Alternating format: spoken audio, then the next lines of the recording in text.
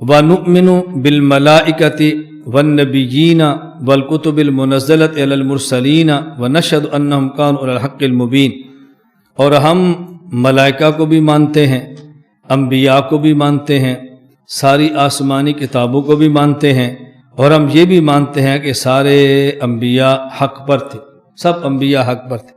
یہ جو ہم مان رہے ہیں ملائکہ کو بھی، انبیاء کو بھی اور کتب کو بھی، تو نبی کو ایسے مانتے ہیں جیسے نبی کی شان ہے، اور ملائکہ کو ایسے مانتے ہیں جیسے ملائکہ کی شان ہے، اور کتابوں کو ایسے مانے جیسے کتابوں کی شان ہے۔ یہ ہے ایمان۔ ورنہ ملائکہ کو تو مانتے مشرکین مکہ بھی تھے، اور وہ ملائکہ کو اللہ کی بیٹیاں مانتے تھے، اس لیے ان کا ماننا نہ ماننے کی طرح ہے۔ بالکل اسی طرح انبیاء علیہ الصلوۃ والسلام کو مانتے تو ہم بھی ہیں، اور انبیاء حضرت عزیر، حضرت عیسیٰ کو مانتے اسرائیلی بھی تھے، مگر فرق کیا تھا؟ انہوں نے نبی مان کر ساتھ خدا کا بیٹا بھی مان لیا۔ ہم نے نبی مانا لیکن خدا کا بیٹا نہیں مانا۔ اسی طرح کتب کو تو مانتے ہم بھی ہیں، لیکن کتب کو مانا یہود و نصارہ بھی ہے، انہوں نے کتاب کو مانا بھی ہے اور تحریف بھی کر دی ہے۔ ہم کتاب کو مانتے ہیں لیکن تحریف کے قائل نہیں، ہم تحریف نہیں کرتے، یہ معنی قائل نہ ہونے کا، ہم تحریف نہیں کرتے۔ تو مطلب کیا کہ ملائکہ، انبیاء اور آسمانی کتابوں کو مانے جیسے ماننا چاہیے، صرف مان لینا کافی نہیں ہے کہ ہم مانتے ہیں۔ جس طرح آج حضرت محمد مصطفیٰ صلی اللہ علیہ وسلم کو قادیانی اور مرزائی کہتے ہیں، ہم بھی مانتے ہیں۔ ہم نے کہا نہیں، آپ نہیں مانتے، آپ ایسے مانو جیسے ماننا چاہیے۔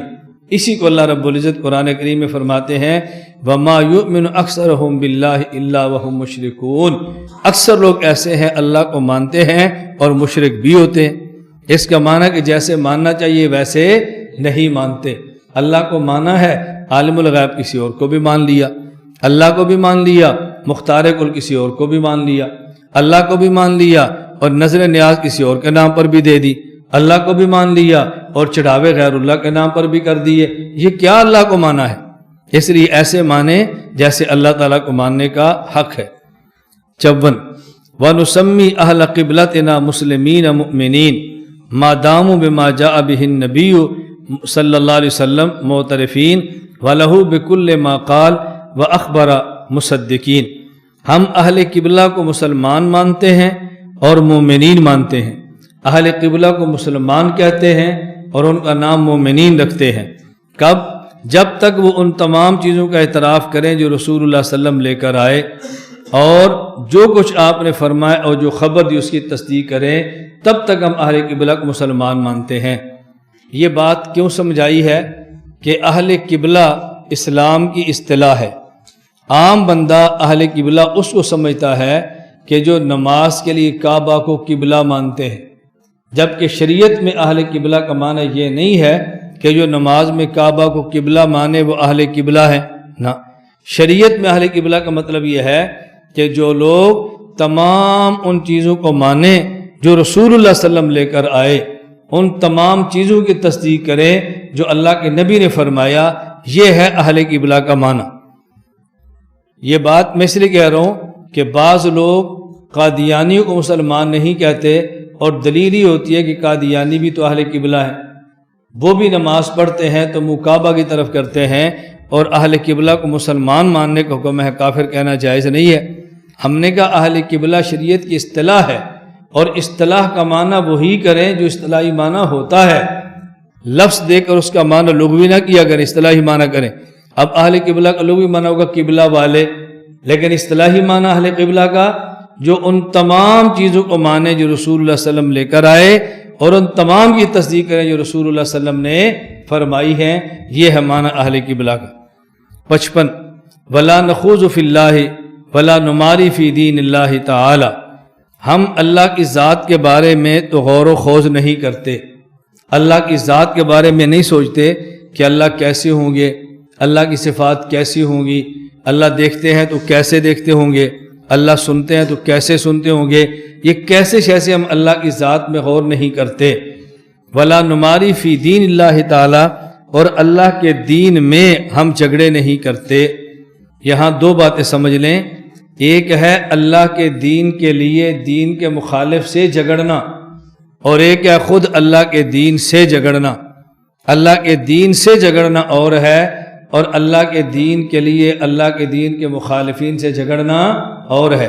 تو یہاں کہا جا رہا ہے وَلَا نُمَارِي فِي دِينِ اللَّهِ تعالیٰ، جو دین اللہ نے اپنے پیغمبر کے واسطہ سے دے دیا ہم اس کو مانتے ہیں، ہم اس کے اندر کوئی جھگڑا نہیں کرتے۔ اسی کو قرآن کریم میں سمجھانے کے لیے فرمایا ان الدین عند اللہ الاسلام، دین وہی ہے کہ جو اسلام ہو، اور اسلام کا معنی کیا ہے؟ خود کو کسی کے سپرد کر دینا۔ اگر سپرد نہ کریں اور ویسے شروع کر دیں، یہ دین بنتا ہی نہیں ہے۔ دین بنے گا تب کہ جیسے آیا ویسے قبول کر لیں اور دینی معاملات کے اندر جھگڑے پیدا نہ کریں۔ اس لیے فرمایا کہ ہم اللہ کی ذات کے بارے میں تو غور و خوض نہیں کرتے، اور اللہ کے دین کے بارے میں غور و خوض تو کرتے ہیں، فکر بھی کرتے ہیں، حکمتوں پر غور بھی کرتے ہیں، لیکن دین میں جھگڑے ہم نہیں کرتے۔ دو لفظ یاد رکھ لیں، ایک ہے دین اور ایک ہے مذہب۔ ایک ہے دین اور ایک ہے مذہب۔ منصوصات کا نام دین ہے اور اجتہادیات کا نام مذہب ہے۔ یہ معنی سمجھیں گے تو الجھن کبھی نہیں ہوگی۔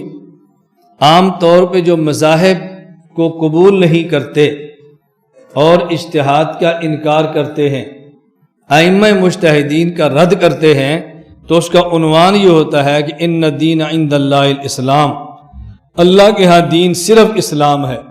وَمَن يَبْتَغِ غَيْرَ الْإِسْلَامِ دِينًا فَلَن يُقْبَلَ مِنْهُ، جو اسلام کے علاوہ اور دین پیش کرے گا تو اللہ قبول نہیں کریں گے۔ اور ان لوگوں نے 4 دین بنا لیے ہیں، دین ابو حنیفہ، دین مالک، دین شافعی، دین حنبل، احمد بن حنبل۔ تو دیکھو اللہ کہتے ہیں دین ایک ہے اور یہ کہتے ہیں دین 4 ہے۔ تو ہم نے کہا دین نام ہے منصوصات کا اور مذہب نام ہے اجتہادیات کا۔ دین ایک ہے، منصوصات قرآن کا نام ہے، تو قرآن ایک ہے یا کئی ہے؟ ایک ہے۔ اور قرآن سے جو مسائل ثابت ہوں گے اجتہاد، وہ کئی ہوں گے۔ اس لیے مذاہب تو 4 ہو سکتے ہیں لیکن دین 4 نہیں ہوتے۔ کبھی آپ نے فقہائے احناف کی کسی کتاب میں یہ دیکھا ہو کہ کوئی مصنف مثلا صاحب ہدایہ شامی یہ لکھ دیں ھذا دین ابی حنیفہ تھا، جب بھی لکھیں گے تو کہتے ہیں ھذا مذہب ابی حنیفہ تھا، ھذا مذہب مالک، ھذا مذہب شافعی، ھذا مذہب احمد۔ تو معلوم ہوتا ہے ہم ان فقہی اختلافات کو مذاہب کہتے ہیں، ان فقہی اختلاف کو ادیان نہیں کہتے۔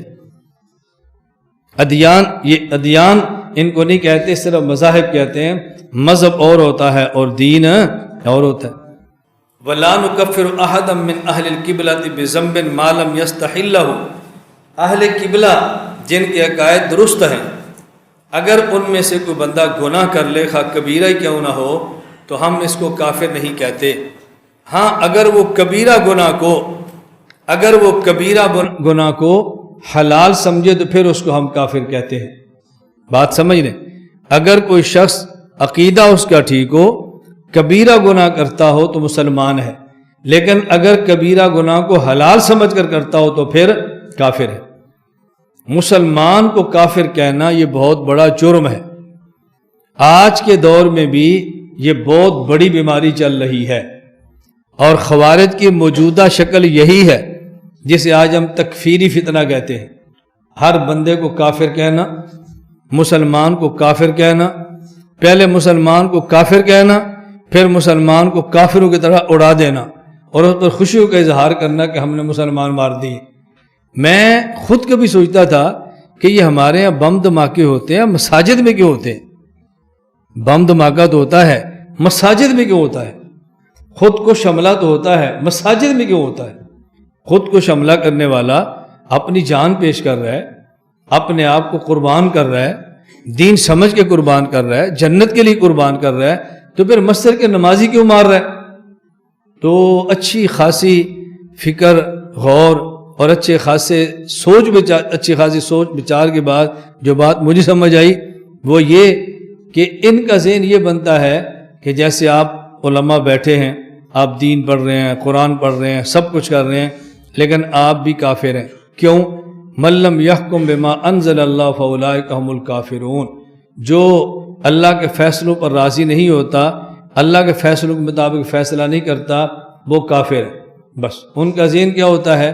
جمہوریت کفر ہے، ہماری عدالتوں کا قانون کفر ہے، اور یہ مولوی اور نمازی اس قانون پہ راضی ہیں، لہذا یہ بھی کافر ہیں، ان کو مارو گے تو ایسی اجر ملے گا جیسے کفار کو مارنے کا ملتا ہے۔ تو یہ خوارج کی ایک موجودہ شکل و صورت ہے، اس لیے ان باتوں کی حوصلہ شکنی کرنی انتہائی ضروری ہے۔ ایک ہوتا ہے کفر یا قانون پہ راضی ہو جانا، اور ایک ہے کفر یا قانون کو مجبور ہو کر مان لینا۔ کفر یا قانون کو مجبور ہو کر ماننا اور ہوتا ہے، اور کفر یا قانون پر راضی ہونا اور ہوتا ہے۔